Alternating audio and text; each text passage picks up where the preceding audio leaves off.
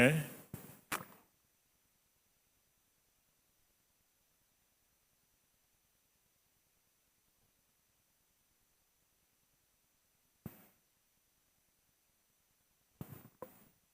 Oluwasomi, I can't pronounce the last name, but Oluwasomi. Oluwasomi. He knows himself. Thank you, and welcome everyone to the session. We have, I think we're starting slightly late, so we're going to move a bit quickly. In terms of, so I'll just ask you to forgive me for not doing any introductions. I want us to kind of like get into the conversation, but please, when you get a turn to speak, feel free to kind of like help the guests understand better the context from where you're coming, you know, what you do, and then jump into the question. So as we have agreed offline, we will be asking you to interact with each other. So if you have any prepared papers, please raise your hand if you have a prepared paper, put it behind you. And let's begin. Right, so our first point, I think just to be sure that we're all on the same table, is to try to get a sense of what we mean by this future citizen, and what does that mean in the context of Nigeria? You know, when we say a future citizen, how does that relate directly to education? So I'm going to ask you to help us in the audience come to a common understanding of the, and then we'll drill into details of how we really help to transform our current citizenship into this future citizen. So who wants to go first? Let me start from here today. Hi, everyone. That was loud. All right, so I'm a member of the faculty at the Lagos Business School. So I teach adult students, you might say. I'm also a leadership and executive coach. I prefer to say I'm a decision coach, which means I help to facilitate decision-making, whether for individuals or for teams. So that's, in a sense, a summary of who I am. So who is the future citizen? When I looked at that topic, I began to ask myself that crafting that in itself is some work. But when we think in terms of the fact that the current, if we go by the generational distinctions, the baby boomers, Gen Zs, Gen Y, and all of that, perhaps we could say that the future citizen will begin from Gen Alpha, who are these guys that probably became teens last year or thereabout, and maybe from the perspective of a futurist, 10 years is when we start to count the future. So you would say that the children that will start to be born to them maybe in 2034. Now the question is, what is the characteristics of those people? We know from Gen Zs at least that these are digital citizens. We've heard that term, or digital natives, we've heard that term so much. I'm sure we need to find a new way to describe them now, but anyway. But I imagine that these are guys that will be so tech savvy that robots are regular for them, right? There will be things like holograms will not be new to them. It will be commonplace. The interaction with technology will be as natural as Gen X's lack of interaction with technology. I imagine these are guys that, from a relational perspective, because their relationship has been built with their devices for the most part, these might also be guys that we would need to think about as far as their social skills and emotional skills are concerned. I imagine these are guys that their global awareness in terms of social issues will be at a level that we have never seen before, most likely. In the initial, just as an initial thought, this would be my conception of what the future citizen would be. Now, whether that is how the Nigerian future citizen would look like, I am not absolutely certain. As we already know, there's significant, or if you like, severe stratification in terms of, the same generation within our context. And so you have those guys that have never been to school before. You have those guys that have such incredible exposure to technology, and you wonder that can we actually categorize these guys as the same generation? But I'll leave it at that for now. Thank you very much. I saw Julius looking at you from the corner of his eye. I saw Julius looking at Yetunde as she was speaking from the corner of his eye. Is she talking about me? So, do you think that that was correct in terms of how she captured this future citizen? Is that Yes, what you see? yes, I think I agree with her. My name is Julius. I work with Learner's Corner, the first education tech hub in West Africa. Let me just add to what you have said. I think the future citizens, I call them the power learners. People who are able to adapt to change, adapt to new technologies. They're able to collaborate. They're able to think out of the box, and they're able to do. I mean, you can see what is happening on the internet. Young people can start advocacy from their room with their phones, and they're able to, put stuff together that can really, trend on Twitter. I mean, 20 years ago, I'm not sure there's nothing like Twitter trend. But right now, we can decide to trend what is happening in this auditorium, and it's going to be everywhere in the world. So I call them the power learners. So if you bring it to the context of where we are as Africans, as Nigerians, I don't think we are there yet. I mean, we are still trying to get there, and I think with time, with contributions from the civil society group, from the startup communities, with a lot of innovations, trying to bridge the gap, between those that have access to education and those that don't have access. I think with time we are definitely going to, get there, building the right citizens for the future. Thank you. Right. So Larry, I'm hearing a lot of things coming through. One of them is digital, but we know that not everybody is digital. So there's obviously some kind of a divide that's coming up. So in terms of it, from a citizenship perspective, do you think that this is inevitable in terms of this digital citizen? Is this something that is inevitable, or are there always going to be people who would not be in that same space? And therefore, as a society and our education system, we probably need to accommodate the two. My name is Larry Ogundipe. I'm the CEO of Imperial EdTech. We're an education technology company. So for me, looking at the digital thing is almost second nature to the future citizen, or even to the kids now, because I'm sure everybody can testify that once you give a child a phone or a device, they almost know how to navigate their way around it. So I don't believe that it's something that needs to be enshrined in people or needs to be taught anymore. It's almost like, because we know there's a generational shift, right? And it's a digital native generation. So there's even if you don't give it to them, they find their way to access it. I don't know if some people saw this picture of some children charging a mobile phone with a transformer that was going around. I don't know anyone saw that picture. Yeah, so you see, they find their way because that's what interests them, right? So if we look at it in the context of education, it's almost inevitable that we have to include digitization into our education system. But in terms of future citizen, I'm sure everyone can have their own take on who the future citizen is. But I think it needs to be looked at from a socio-economic standpoint, where everything that surrounds the growth of an individual or the future perspective of an individual is considered into that citizenry. So it's government, it's education, it's private sector, it's even family. That's one of the major elements that we don't talk about enough, because it starts with the family, right? It's how we empower families and how we, ensure that families are able to grow that future citizen along with the education system and also with government policies and everything going forward. So I think that's what we're going to be talking about today. Right. So these are the many domains within which the citizen must be prepared to engage, and most of these are going to be digital. And I'm a bit concerned. Maybe we'll come back to that discussion around. Maybe we can try to understand when we talk digital. Are we talking about the majority of Nigeria, or is this like a microcosm of Nigeria?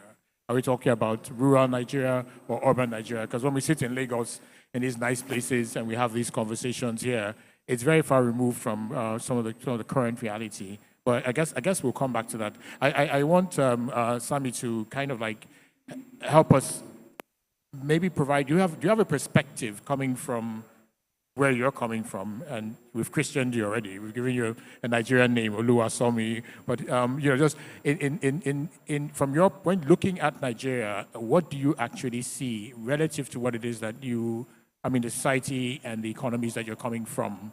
And are we on that pathway? Do you think that we're kind of like advancing towards that stage? And what do you think the role of education was in building your society or your economy to where it is today? Thank you. So yes, my name is Sami, and I'm a business advisor working in the city of Tampere from Finland. So answering that, referring as well for the first answer as well, looking about this future citizenship. So one thing for sure, like they are like born and raised in a completely different world, even where we are at. And the phase how things are evolving will be faster and faster. I was just calculating in my mind that I was 10 years old when I got my first mobile phone, and I can tell you that was not a smartphone. And now we're looking, younger kids, a few years old, they've been completely native with the different smartphone tablets. So that leads to the point, definitely digitalization is coming like faster and faster. But at the same time, we have to remember that digitalization is basically just a topic. How I usually define it as well, which I think it's here important to remember, that it basically needs different tools, which means applications, programs, whatsoever that are used with different digital devices, like the hardware. And at the same time, we can't forget that we still need people, because the people are the one who are anyways implementing the things. And these are, I think here, particularly these three crucial factors, what I've been seeing, that all of these three pillars should be driven at the same stage, at the same time, and make sure that we don't just distribute devices without making sure that teachers actually know how to use them. Otherwise, it makes no use. And at the same time, making sure the devices have actually the modern tools what can be used in order to emphasize the learning experience. And that goes to then, of course, the connectivity, which was spoken very much in the previous session. That, of course, when we're looking at the Lagos area, so the connectivity here is good.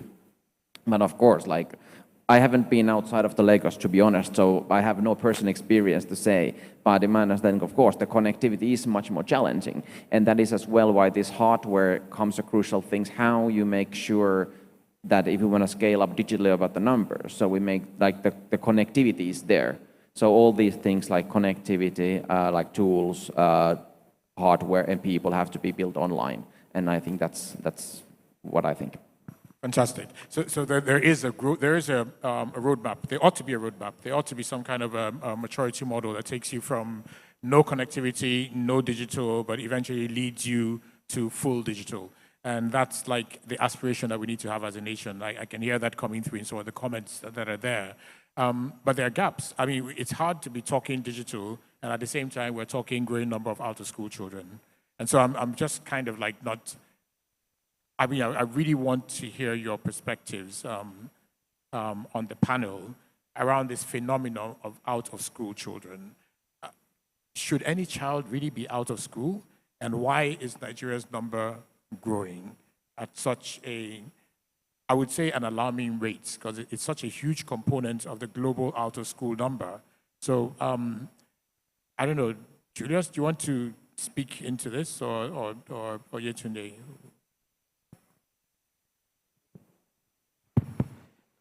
Yeah, true. Nigeria currently accounts for the highest number of out-of-school children in the world, and it's something that scares a lot of people. Maybe some of us that work in the education tech space. Nigeria has been battling with a lot of issues before the COVID-19 pandemic.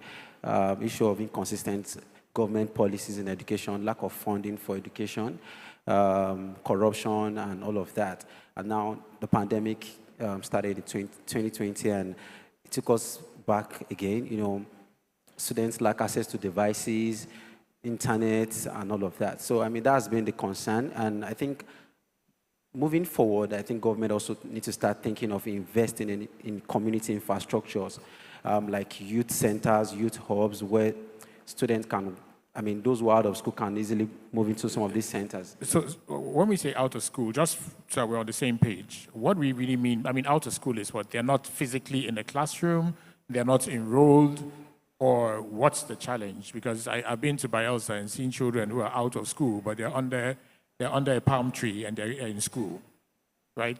There's some youth corp are teaching on the blackboard, but they're under a palm tree. They're not in a school physically, but they're... So what is this out of school, actually? Is it those who are not enrolled, or is it those who physically don't go to school, or just don't go into the school?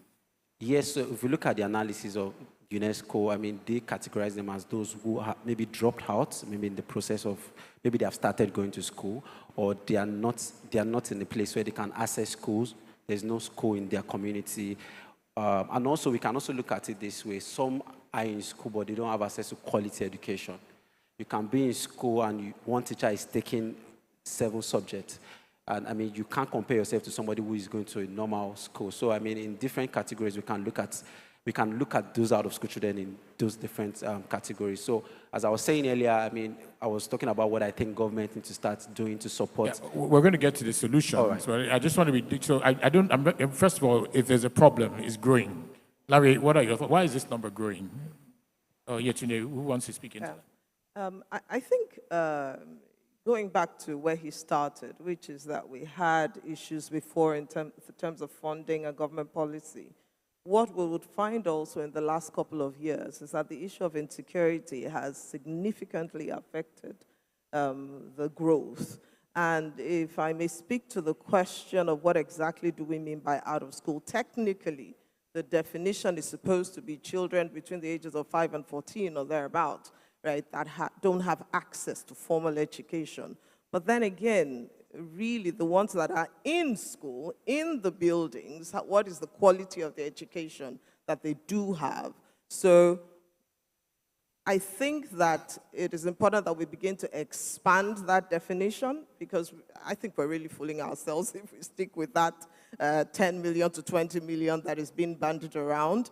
The issues of security, if not taken care of, will simply ensure that those numbers continue to grow.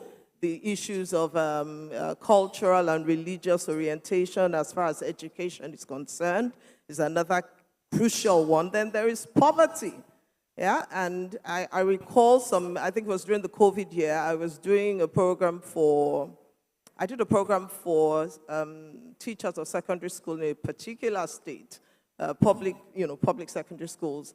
And I remember that one of the issues they brought up was the fact that how do we convince these children to stay in school and learn when they're pointing to artists and area boys, as we call them, right, who have made significant money, if you like, and done supposedly well with their lives, and they don't have an education, and they're like, so why should I? And that's one of the problems that, the teachers said they encountered. So the issues of poverty, the issues of insecurity, issues of cultural mindset or religious mindset, I think those are the things that are keeping children out of school. And if you think in terms of recency, it would have to be insecurity and poverty. It's insecurity and poverty. So it's affecting transition rates, and it's affecting enrollment rates. So they're dropping at an alarming rate.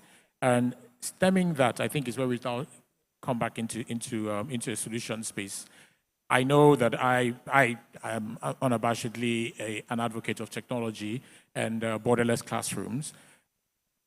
However, I mean, is this really a way forward? I mean, Larry, from your perspective, is that really the answer to the kind of social problems that Yetunde has called out and that Julius has called out? If there's poverty, right, if there's insecurity, how does technology, if it's technology, become like an answer to those questions? And how does it solve the out-of-school children rate?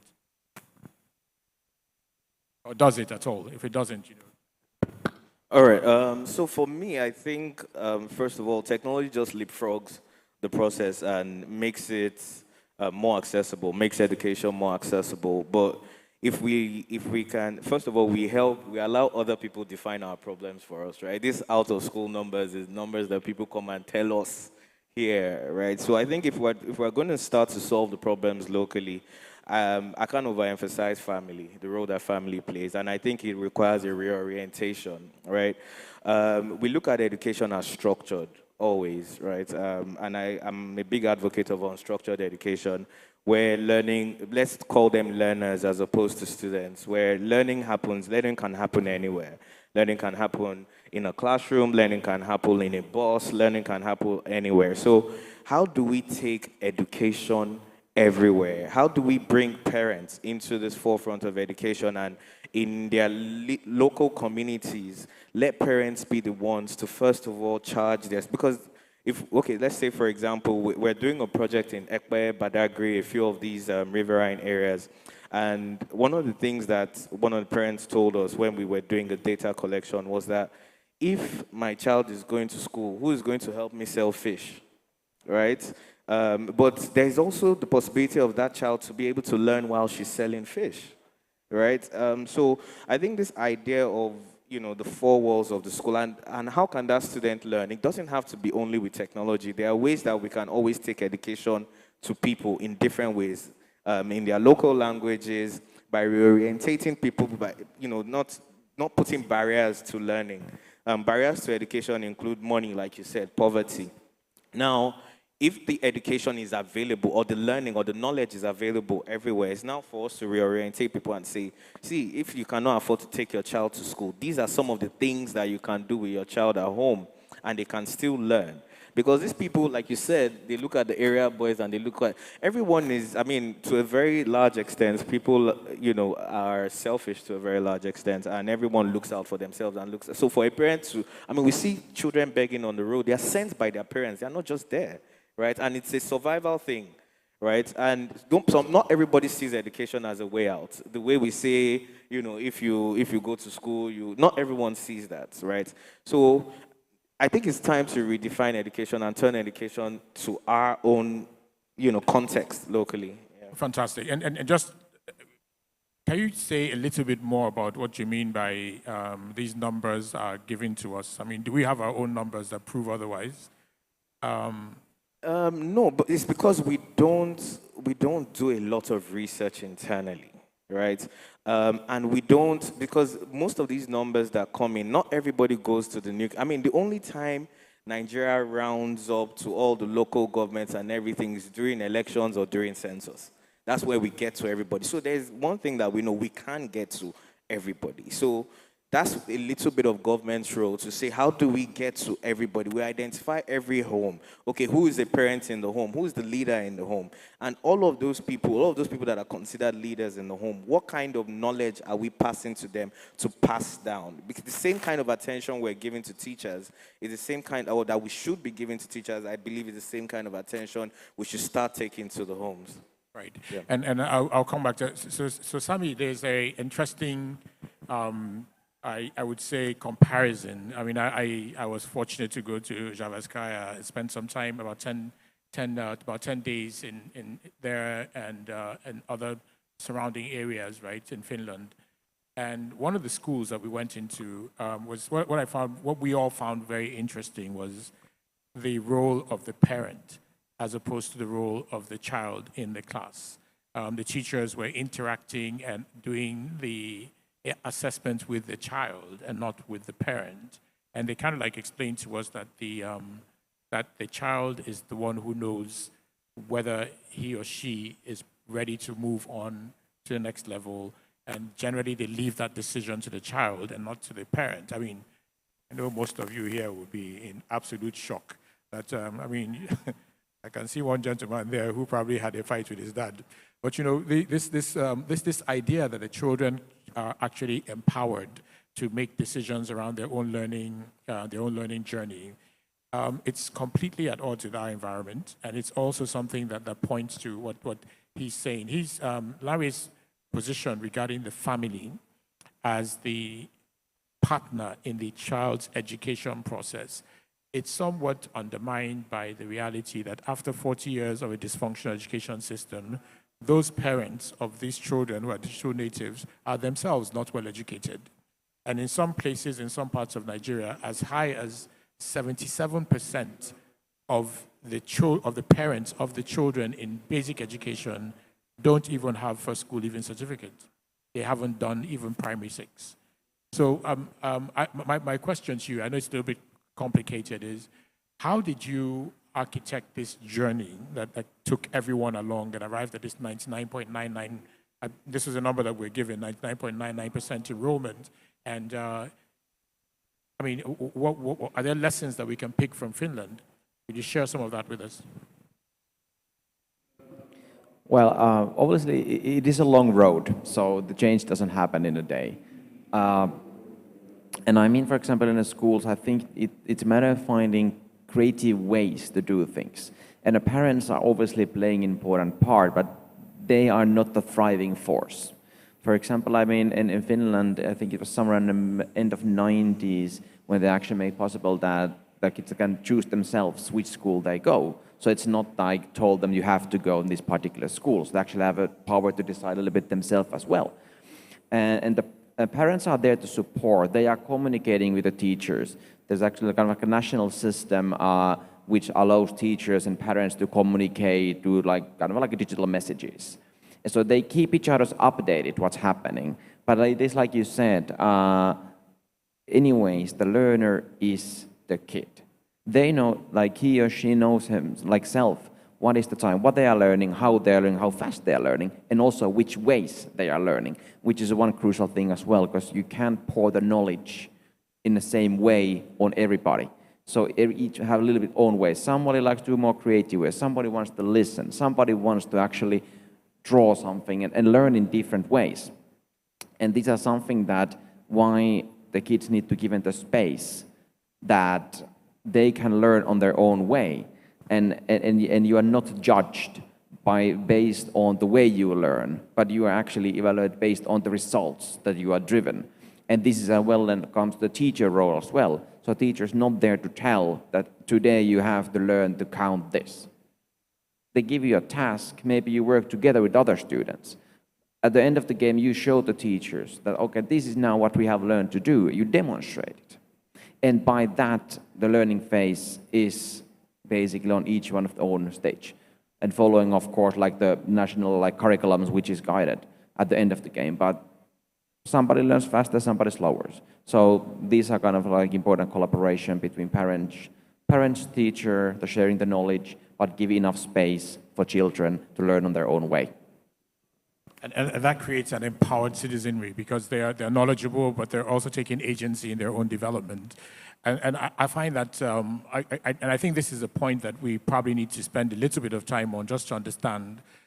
The children and the learners in Nigeria are most often economic agents from as young as 6 years old. They are actually doing things. You see a 6-year-old that is taking care of the baby in the house, and the mother is somewhere selling somewhere, or the father has gone off somewhere. But I mean, you see that quite often, particularly in the rural areas, but also in the urban areas where you have children literally taking care of children. At the age of 10, the girl child is almost like a mother in the home, taking care of all the younger ones that are behind. So under those circumstances, can we seriously be expecting a fundamental transformation without reforming that? Because you talk about the family, the role of the family. He's spoken about the children having agency in terms of their education. If you're a child that says to your parent, if your parent says you're not going to school, you're going to sell pepper, what is this child supposed to do under the circumstances? I mean, any thoughts? It's a difficult one. But truly, and this is something that's been on my mind for a while, truly. And you know what you said about the family, I was actually going to go there from the perspective of homeschooling. And this issue came up that who's going to homeschool who? You know, because the children probably are more advanced than the parents that are going to try to homeschool them. But I think that from a policy perspective, there has to be incentives and disincentives, right? Incentives to learn or incentives to cause the parents to allow the children to learn, or should I say disincentives, right?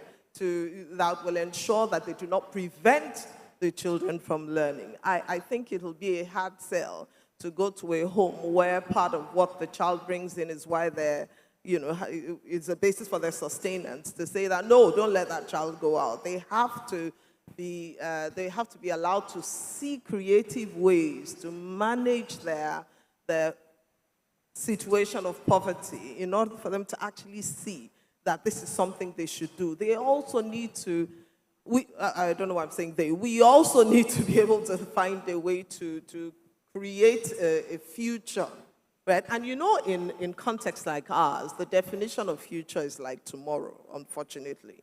Right? So long-term conversations are when somebody's trying to feed today, having conversations about next year, 2 years, 3 years, and we see that in our politics too, right, becomes difficult. But we must look for research-backed ways to drive behavior in such a way that would allow these children to actually to engage. Now, from a technology perspective, I mean, I was thinking about Starlink this morning and how that, so we can't even, given, you know, Starlink, with my limited knowledge of technology, we can't even now say that broadband doesn't get everywhere because it doesn't use broadband. So perhaps those kinds of technological developments now become a foundation for us to facilitate children's self-directed learning. Yeah? Now, another thought that I've had in that regard is that, you know, when we think about homeschooling, perhaps it's now technological devices that will homeschool the children, as it were. And so I totally agree with the fact that we're no longer talking about structures when it comes to access to education or learners, as you know. But I think ultimately there needs to be carefully crafted incentives and disincentives to help these children actually do what they want to do. Because I promise you, if you put devices in the hands of any young child, they would rather figure out how to use those devices to learn than actually go out to hawk plantain or any of those things. Right, and so, and you brought out a key point, which is around innovation, right? Are we sufficiently innovating in the education space?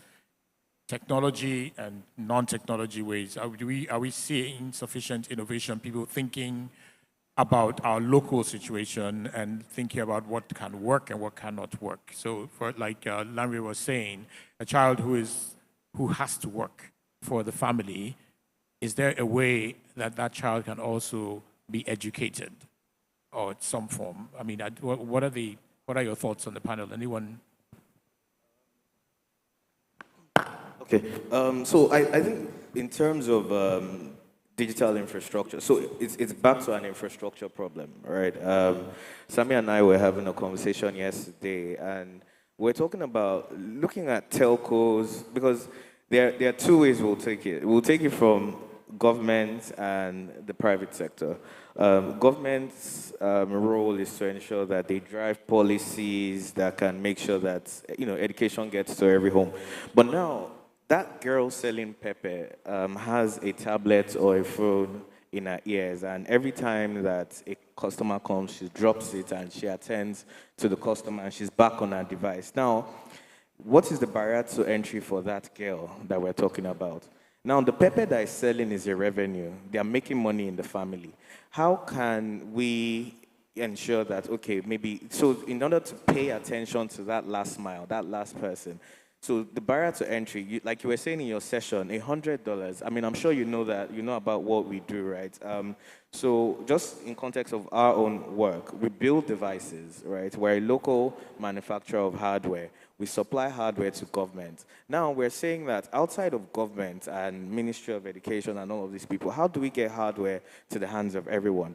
So we launched something called Device as a Service, right, where people can actually subscribe to hardware. We've not taken that to the, you know, to as a B2C model yet, because we have not figured out a way to ensure that people continue to pay, right? And the subscription model is one that you can take it back if you don't subscribe, just like your Netflix and everything else, right? So if it's 20 naira that person can provide, I think if we do a research and see how much can you afford, because if you look at those families, they most likely have a radio or a television in their home because they see it as important.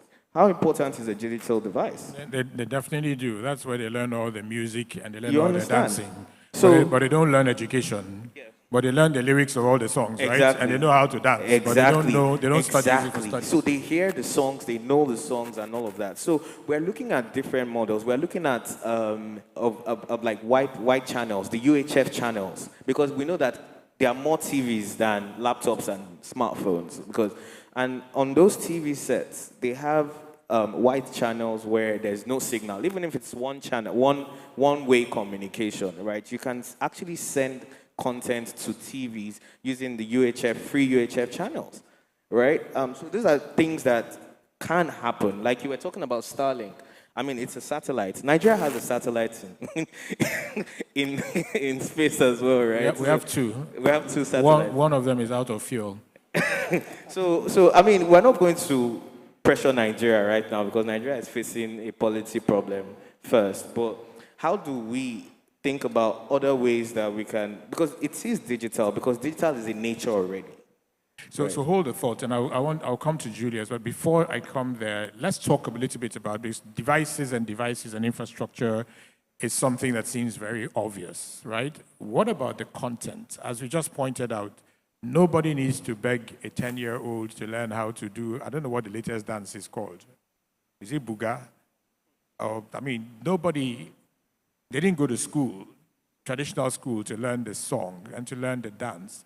And if a new one comes out tomorrow, they will learn it immediately, regardless of where they are in this country, infrastructure notwithstanding. Isn't there a question about the relevance of the content in terms of the things that people want to learn, skills and competencies I mean, I know that and I want kind of like come back to you on this one, Sammy, because it seems like I looked a little bit at the framework as well, and I realized that there seems to be relevant content in terms of skills and competencies and professions that people can key into. So the education process is not about a degree, a university degree per se. I mean, are we looking more at the technical and vocational as being the bigger area of focus in terms of content, even before we get to the point of devices? So, I mean, the content is definitely like a key, because the school has to be fun. It has to be interesting. Sorry, you said school has to be fun. Okay. I'm looking at the audience and they're not believing you. So school has to be fun, but go ahead. Yes, we'll just school has to be fun. Okay. Otherwise, you see more and more dropouts, because when it's not fun, it's not interesting, so then that goes to the content. So it has to be something that is relevant, something that you can link on your own dreams, the things that you're interested to do, and you can get some practical things out of it. It's not that you read 10 books and you write an exam and then you're happy. That's not the way how it works anymore, especially with when you look at the younger generation, when they can barely look a 30-second video on their mobile phone. So that needs to new ways and creative ways of thinking, and also like multiple channels to deliver the content. One is, of course, like through the school with the devices that they will have. Another one, like Landra was saying, that maybe they'll have a TV. They're like channels that provides certain type of content that has an educational background. And then at the same time, one more thing, what was linked about the little bit of the infrastructure and premises. So being creative, that as well as someone has to work with the family. So do they actually need to sit down in a school like 5 days a week? Or would they be able, for example, to circulate the spaces that half they sit down a few days in a school, rest day they're given some tasks, what they're doing self-learning, maybe with their friends online, and they deliver the tasks to the teacher afterwards, and another half uses the space when the other ones are gone, which also gives more capacity on using different spaces. So these are type of things that need to be thought like a little bit new and creative ways, because, like I said, the numbers are big anyways here in order to keep up on that. Fantastic.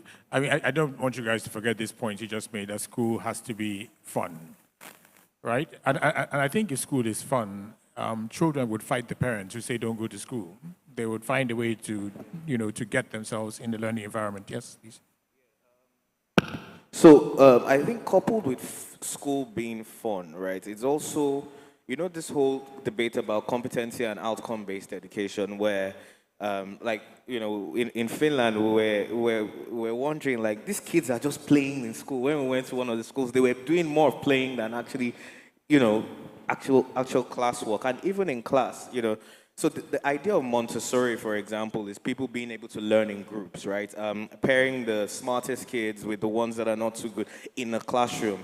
So I will now go back to one other problem, which is the teacher, which is within the school context, where you said what's the difference between an out-of-school child and a child that is actually going to school?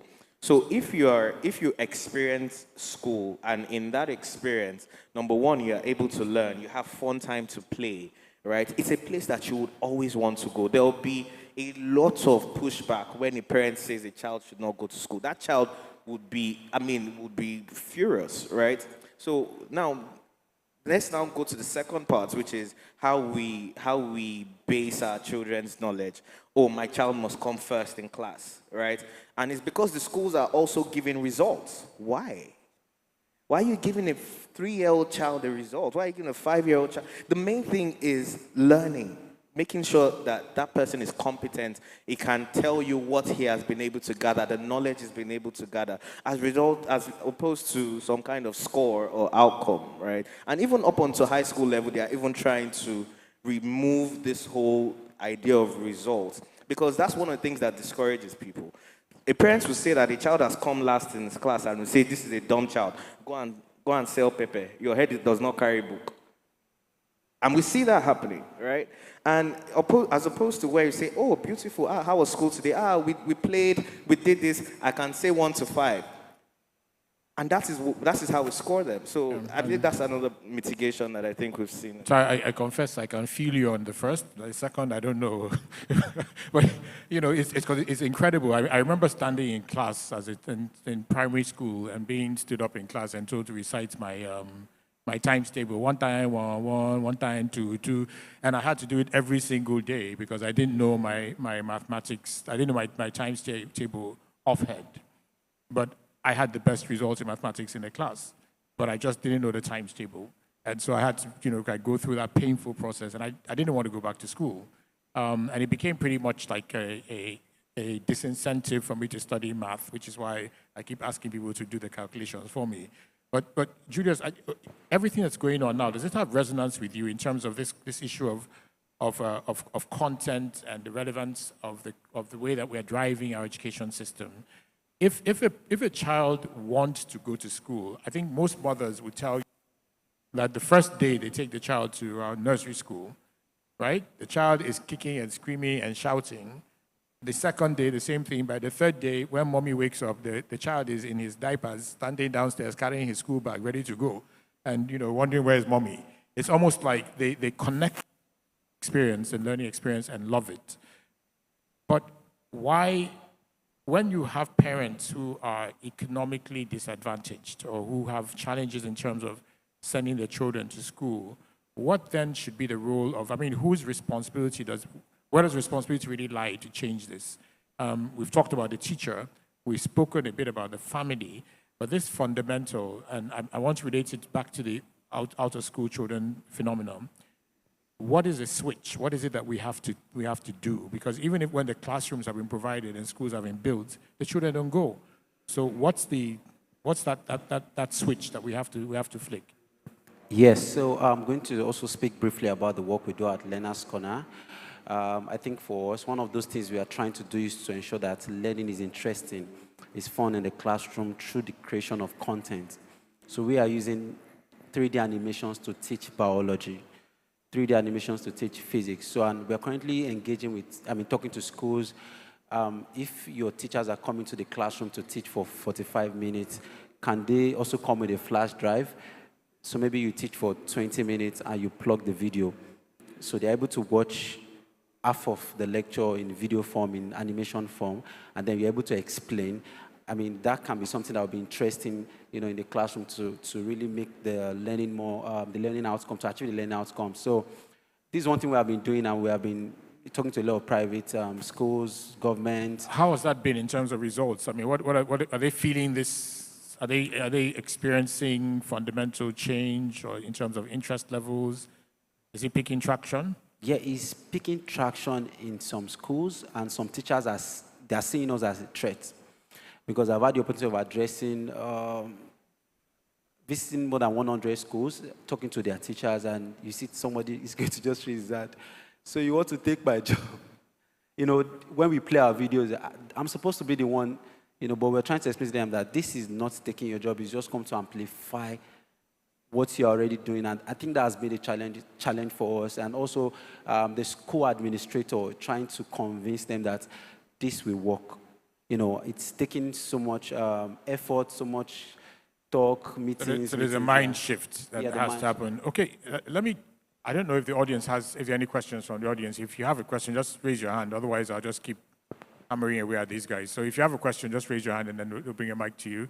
That's specific to the panelists and the things that they said. Oh, okay, good. So maybe we should get them in quickly. Who's got the mic? Do we have a mic for the audience? So this mind shift, I mean, that we keep, it comes back to that. People having a fundamental change in the way that they view education and a willingness to experiment. So are we focusing too much on the schools? What about the regulators? How much work are you doing with the regulators? How much work are you doing in the colleges of education that produce those teachers that you end up having to fight? Or is the system overcoming even all that innovation? What's the experience? Has anybody got a mic now? Have you got the mic? Yeah. So just a quick question. I think we have a few 5 minutes left. I thought first if the Commissioner for Education would have been here. Yes, she sends her apologies. She's indisposed. So. Okay. So because my mom is a teacher, so I seem to like grow up within the Lagos State, although I school in Lagos State, but I go to their schools and everything. So there's this ECO project that Lagos State did, and based on interaction with several teachers, even in some places, they all commended the success of the whole thing. But I think like around 2 years or 3 years ago, when I asked about the ECO project, they said they've stopped it. So my concern is, if you are actually deploying an educational model and it's really giving so much impact, why should it be a project that you just stop? Okay, so I'll answer that after the elections. but I think it's about continuity, really, isn't it? Your question is around continuity in policy. It's a great question. Yeah, so one of the panelists will attempt that. Do you want to take another question there?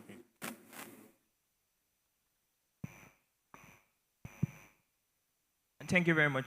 My name is Joshua.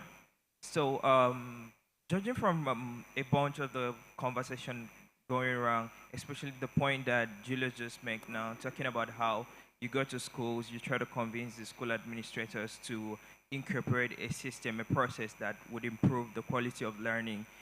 I want to ask a question.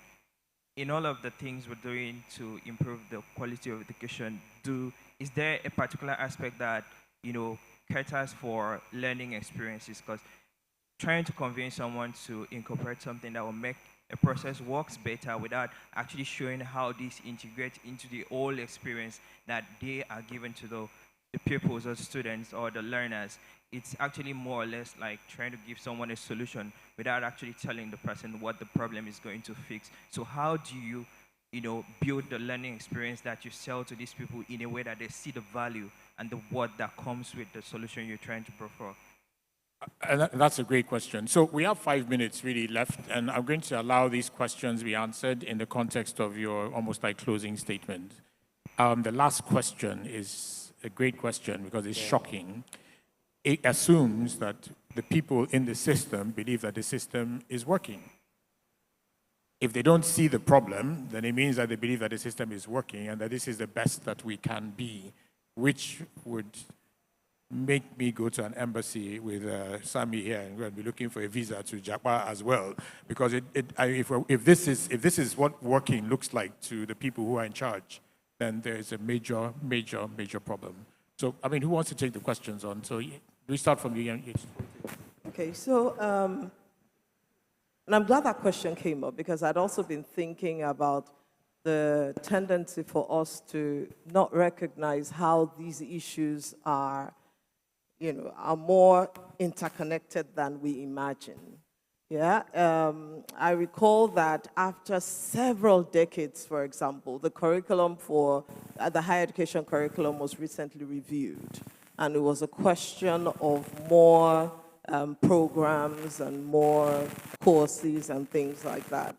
Meanwhile, if we're talking in terms of the future citizen, we really shouldn't be talking only in terms of the programs themselves, but in terms of what is intended to achieve, again, the learning outcomes, the thought process, the cognitive dimensions, not just the psychomotor physical dimension, but the cognitive dimensions, the affective dimensions, all of those kinds of things.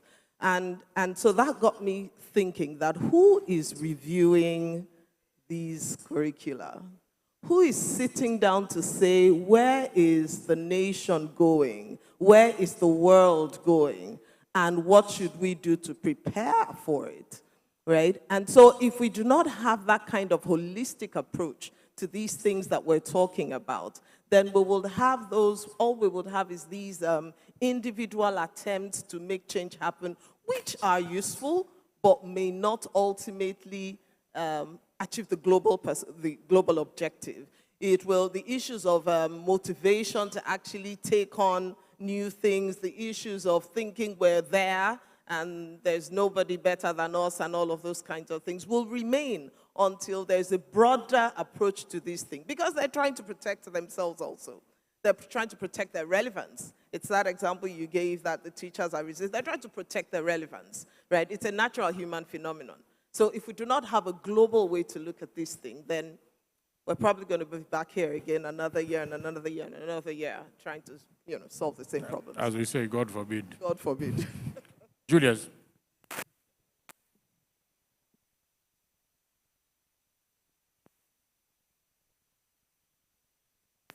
Okay. I'd like to also, I mean, like what you just mentioned, it's like very important points you just made, because we are also thinking about the fact that the product or a lot of education tech products in Nigeria that is working with the local curriculum is difficult to scale to other countries. You can't just scale your product to East Africa. Looking at our content as WAEC, you can't wake up and say your product has scaled to South Africa, right? It's different conversation in the Eastern Africa, different conversation in the South Africa, different conversation for us in the West Africa, and that's where we need to start talking about agenda for education as Africans. So what's going to be Nigeria, let's say Nigeria, for example, what's going to be our agenda? What do we want to achieve, in education? And that's where we start talking about curriculum development, the policies that support that. If you are not in Nigeria, if you are in East Africa, you can also, you can do the same thing. You're able to, achieve a goal as a continent, because if you go to maybe countries like Finland, Estonia, and all of that, they have almost the same kind of agenda, the same kind of policy, and they are growing as a continent. So you can easily go to them and you get this kind of result. And that's one thing I think we need to start talking about in Africa, an agenda for education for Africans, by Africans, for Africans. Thank you. Larry, what does ChatGPT tell you? So no, I'm actually just putting a few notes down. I was checking. So I'll round up by saying, first of all, if we look at just talking about everything that we said, so we talked about technical and vocational education, but we didn't really deep dive into that. If we're able to show a parent that if this child goes to learn this skill, instead of selling pepper, if he learns this thing, he'll make 10x the amount of money that he's making from selling pepper, and we can back that up. And in 3 months, that child can learn a skill, because we see for organizers having young kids working with them, from young ages. So I think that is one way we can build that trust with the parents.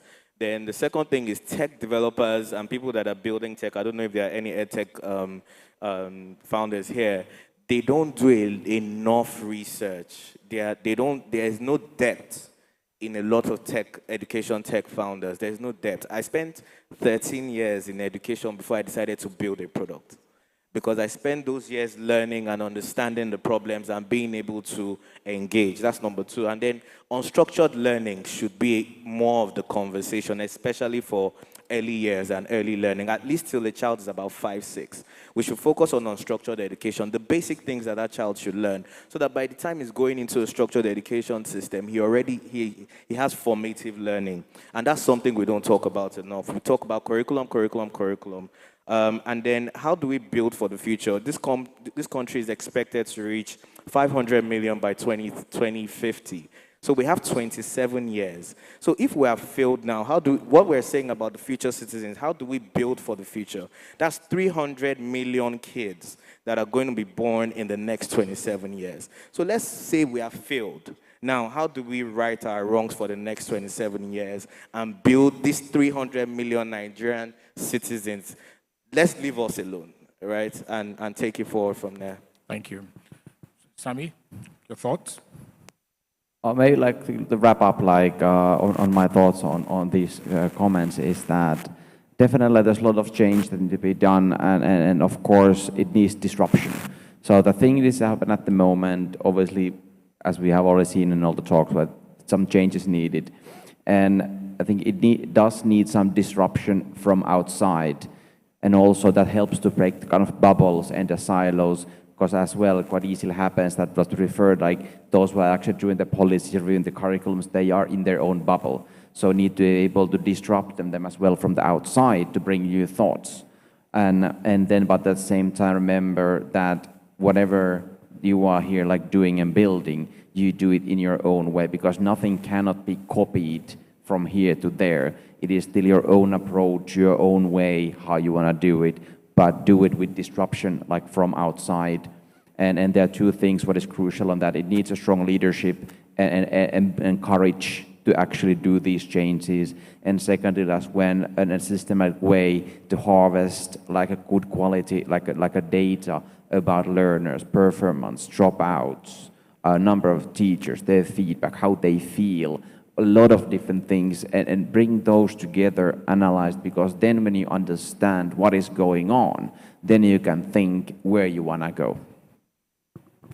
Fantastic. Thank you very much. So to wrap the panel, I would say we've identified certain things. That at first, there is a fundamental requirement to rethink and reimagine the education system itself, from a model to the content and the delivery of that content, and then players themselves need to be upskilled and maybe expanding their perspectives to take on board ideas that are coming outside. There's a lot of work that we have to do ourselves. Rather than rely on data that just exists out there, we need to generate our own data, analyze it, and learn from it and build.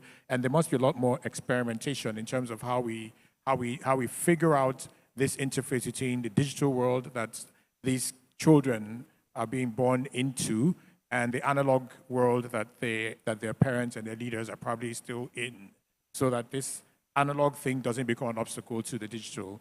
We've also spoken a bit about how to carry everyone along, that we feel that there should be, in some form, some kind of democratization of access to education, and that education should not be education that excludes the reality that our children are often economic agents in their families, and therefore we should be able to help them along. Indeed, if a child goes to university, goes along the track to the university, at JS3, the child still has 3 years of senior secondary and possibly 5 years of a university education, making 8 years.